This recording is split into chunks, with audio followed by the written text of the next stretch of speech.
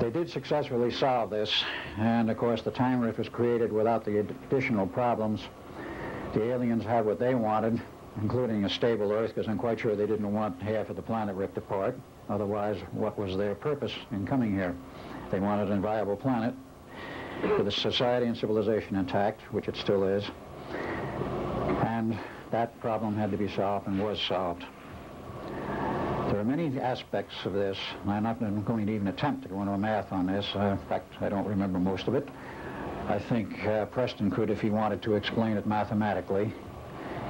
But this problem was solved. The whole thing was damped down, and these people disbanded. This was not a government project, believe it or not. It was privately done. It was privately run, and the people who were involved were non-governmental, and I question if the government even knew what was going on.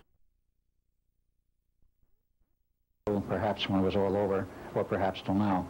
That was solved, and consequently it went on, and the physical aspects of our reality remained intact. But here you had that problem. How did you get this whole thing to settle up and line up? And how did you get the communication?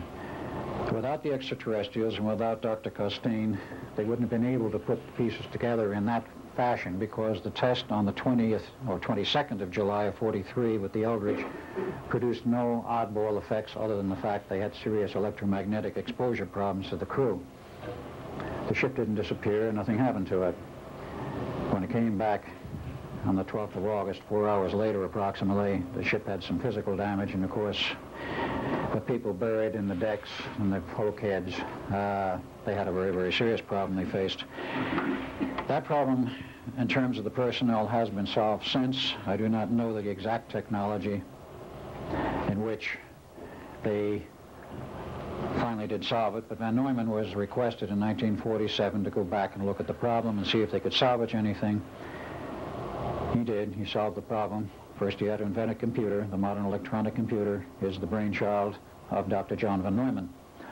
The Institute of Advanced Study, the first one built, perfected is perhaps not the word, but functional, in 1952, and a complete system involving a computer shipped to the Navy in '53 with another test on another ship. And I was not there because the Navy had decided it was time for me to disappear. And that test was very successful in '53, and they renamed the project, no longer Project Rainbow, but Project Phoenix. It was a big umbrella that covered many, many projects. Over many years, many generations of hardware, they did make it very practical. It is now on the B-1 and the B-2 bombers. It's on all the large carriers. The B-2 bomber, of course, being the stealth. And that system is totally functional without any apparent hazardous side effects. I was removed from the Navy in 1947. I knew too much, was learning too much from digging in the vaults of Los Alamos, and somebody with the communication up and down the line decided I had to go. But part of this problem and the damping out here from 43 to 83, as a Levinson equation state, there were standing wave ripples, which go on for another 20 years, out to 2003. This part had to be damped. We weren't concerned about the back end. So Duncan and I were specially set up and processed by whom I do not know and how I don't know. But we've been the stabilizing factors on this whole Levinson matrix, if you will, the time stability factor, which has kept everything stable. And after 2003, I guess we're not required anymore. Who knows what will happen to us by then. That was also part of the project called Atlanticus Not Revisited. I do not know what was done, but I do know it was accomplished. So I think we've fairly well covered this, and in a brief nutshell, the problems that were generated by those two projects were solved. Of course, Phoenix went down on the night of 12 August '83 from sabotage, and it's been out of operation ever since, though there is a new Phoenix at a different location, now essentially operational. The aliens knew what they wanted, they got what they wanted, and today we have a problem with the aliens that we'll not go into. I think that pretty well winds it up, other than to say my experiences have been put into a book entitled The Philadelphia Experiment and Other UFO Conspiracies. I do have a few copies upstairs the table where Preston Nichols is located, and I also have a few left, I believe, in the bookstore, and they are for sale. If you have any other questions, I think I have about 2 minutes. I'll attempt to answer any questions at this point, and then I can answer questions later. A question? Yeah, gentleman, a lady back there with the glasses. Oh. If they have this advanced technology, what do they need us for? They need us for 2 things.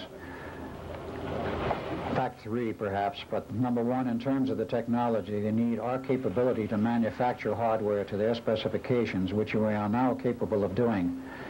And so far as the Orions are concerned, they're engaged in an advanced base operation in a general warfare. And there is warfare going on out in space now. We hope it hasn't come to the surface of Earth.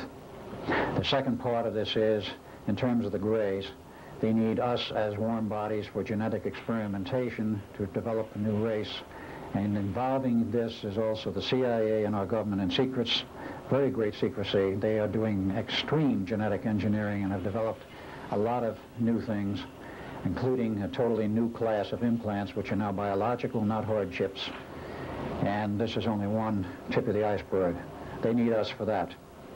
Yes, one other question? No, that's it. Fine. Okay. Only 10 seconds left. All right. I thank you all for your attention, and if you have any other questions, I'll answer them later.